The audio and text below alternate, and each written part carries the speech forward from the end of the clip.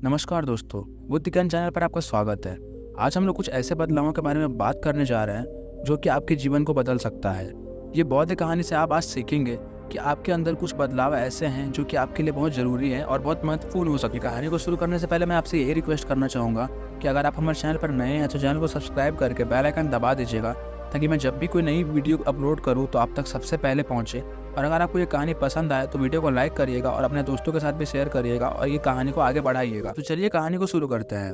एक गांव में एक लड़का था। वो बहुत ही अच्छा स्वभाव का लड़का था और सबसे अच्छे तरीके से व्यवहार करता था, सबसे अच्छे तरीके से बातें करता था, सबकी बात मानता था और सबसे मित्रता करना चाहता था। सबके प्रति उसके मन में प्रेम की भावना थी। उसके इतना अच्छा होने के बावजूद भी लोग उससे विपरीत व्यवहार करते थे। वो जब भी किसी से बात करने जाता था तो लोग उससे उल्टा व्यवहार करते थे, उससे अच्छे से पेश नहीं आते थे, उस पर चिल्लाते थे, उस पर गुस्सा भी करते थे। वो लड़का इस चीज़ से तंग आ चुका था, इसलिए वो एक दिन नदी के किनारे बैठने चला गया उदास होकर। तो उसने देखा कि वहाँ पर एक बौद्ध भिक्षु ध्यान कर रहे हैं। उस उदासी चेहरे के साथ ही वो बौद्ध भिक्षु के पास बैठने चला गया। कुछ देर बाद बौद्ध भिक्षु अपनी आंखें खोलते हैं। आंखें खोलने के बाद बौद्ध भिक्षु देखते हैं कि उनके सामने एक लड़का आकर बैठा है जो कि बहुत ही उदासी वाला चेहरा बनाकर बैठा है और उसे कुछ चाहिए। तो वो पूछते हैं, क्या हुआ बच्चे, तुम बहुत उदास लग रहे हो, सब कुछ ठीक है ना? वो लड़का बोलने लगता है, हे प्रभु मेरी सहायता करें। मैं जब भी किसी से अच्छे तरीके से बात करता हूँ, अच्छे से पेश आता हूँ, तो लोग मुझे विपरीत तरीके से देखते हैं और विपरीत तरीके से बात करते हैं। लोग मेरे साथ ऐसा व्यवहार करते हैं मानो जैसे कि मैंने उनके साथ कुछ गलत कर दिया। हे ऋषि, मेरा मार्गदर्शन करें और मुझे सही रास्ते पर चलना सिखाएं। बौद्ध भिक्षु कहते हैं, हे पुत्र, तुम्हें अब बदलने की जरूरत है। तुमने सबके साथ बहुत अच्छा व्यवहार किया है, हमारे साथ सभी ने विपरीत व्यवहार किया है। अब तुम बदल जाओ ताकि तुम्हें सब पाने के लिए तरसे। एक लड़का था, वो दिल का बड़ा साफ था, मगर उसके साथ एक दिक्कत थी कि वो हद से ज़्यादा दूसरों की मदद करता था, दूसरों के पास जाता था, हद से ज़्यादा दूसरों को भाव देता था। कई बार खुद का मजाक उड़ने के बाद भी खामोश रहता था। इसी वजह से लोग उसका इस्तेमाल भी करते थे, उससे काम निकलवाते थे, और एक बार उसके इस्तेमाल से काम निकल गया तो फिर दोबारा पूछते तक भी नहीं थे उसको। दूसरों के लिए दिन रात पागल रहता था वो, लेकिन बदले में दूसरों को उसके होने या ना होने से कोई फर्क नहीं पड़ता था।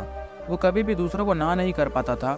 कोई उससे मदद मांग ले, बस एक बार, वो अपनी जान लगाकर उसकी मदद करने के लिए तैयार रहता था। इसी चक्कर में वो पढ़ाई में भी पिछड़ा रहता था। दोस्त के पास जबरदस्ती जाता था ताकि वो अकेला ना रहे और मजे कर सके, लेकिन उसके दोस्त उसको बस नाम के लिए पूछते थे। अगर वो होता तो भी ठीक है, नहीं होता तो भी ठीक है।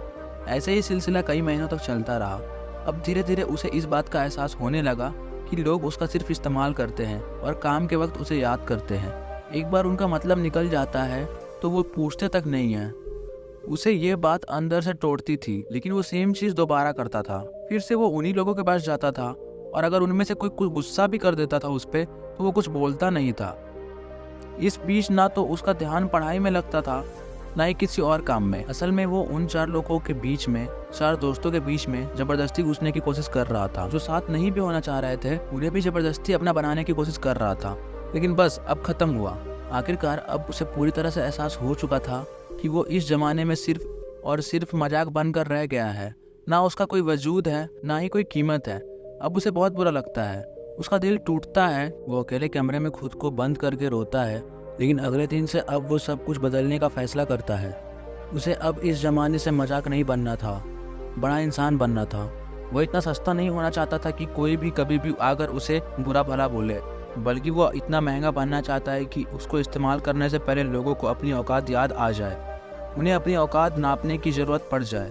फैसला बवाल था, लेकिन यह बस शुरुआत थी। शुरुआत में इतनी दम दिखाना, इतना हिम्मत दिखाना उसके लिए थोड़ा मुश्किल था, लेकिन वो करता है। इस बार वो अपने वजूद को मजबूत करने के लिए बड़े फैसले लेता है। अब वो लोगों को दिखना कम कर देता है। उन चार दोस्त में जहाँ पहले उसकी ज़रूरत नहीं थी, अब वहीं उसकी कमी दिखने लगती है।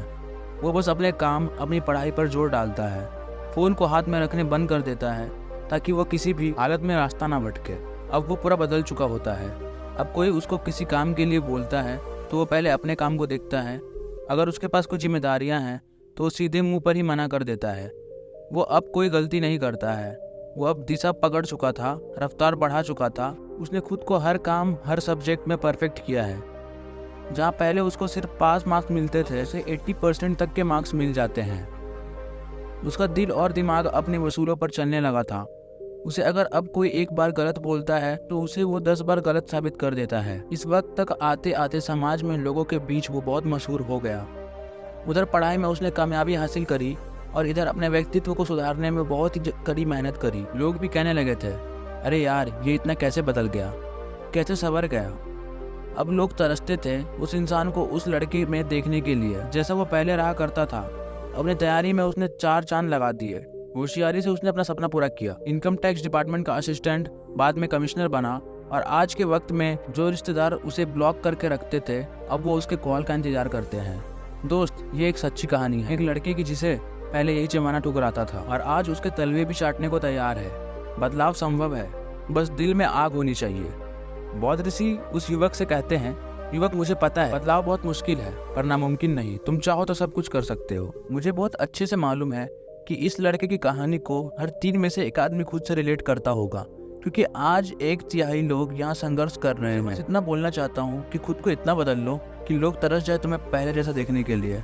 बदलाव एक दिन में नहीं होगा, लेकिन अगर हर रोज आगे बढ़ोगे धीरे धीरे तो सही और अच्छे रास्ते पर चलोगे, बहुत बदल जाओगे।